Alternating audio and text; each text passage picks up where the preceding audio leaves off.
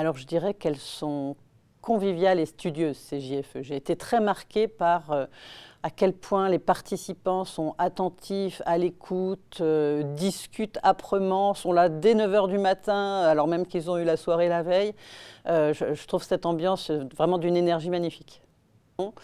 Par ailleurs, pour moi, un des grands enjeux, c'est peut-être de passer d'une approche de la mesure à une approche de l'accompagnement des politiques publiques, avec des choses plus intégrées, plus au long cours.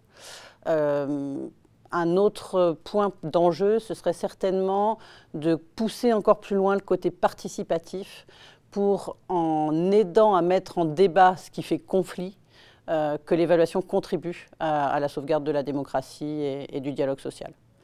Un dernier enjeu peut-être, c'est celui de renforcer le rôle de courtier de connaissances de l'évaluation, faire ce lien entre la connaissance scientifique, la recherche et son application, sa saisine dans la construction des politiques publiques. Une intervention qui m'a particulièrement marquée, c'est ce matin, lors de la 3e table ronde, l'intervention de Julien Perdrija de la Fabrique des Transitions, qui citait, si je ne me trompe pas, 4 piliers de la transition. Le premier sur la capacité à révéler ce qui compte, à révéler ce qu'on a en commun. Le second, plus porté sur le choix de la coopération plutôt que la compétition, et comment mettre finalement les conflits en débat.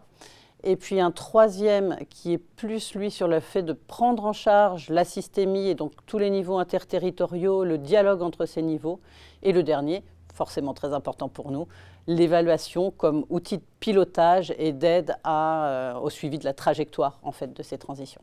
Je dirais une évaluation encore plus intégrée dès l'amont de la conception des politiques publiques, qui soit plus aidante, plus agile, plus facilitatrice de dialogue. Ce que j'avais en tête en disant passer d'une approche de l'évaluation qui serait plus axée sur la mesure à une approche qui soit plus axée sur l'accompagnement des politiques publiques. Je pense que l'idée n'est pas complètement nouvelle. On parle d'évaluation intermédiaire, finale, ex post ou même itinérée depuis des années. Le pas qui n'a pas encore été franchi et qui nécessite d'être franchi, c'est vraiment de penser l'évaluation dès la conception des politiques. C'est-à-dire véritablement en amenant la posture évaluative dans la réflexion sur le problème public, sur les leviers de transformation potentiels et leur probabilité ou leur chance d'impact, sur les outils les plus adaptés et surtout sur comment équiper cette nouvelle politique qui, quand on est dans de la transition, ne sait pas toujours où elle va, mais l'équiper avec des outils qui lui permettent de voir où on en est et ce qu'il faut améliorer. Les hommes politiques sont-ils prêts au changement? Alors déjà, je parlerai d'hommes et de femmes politiques.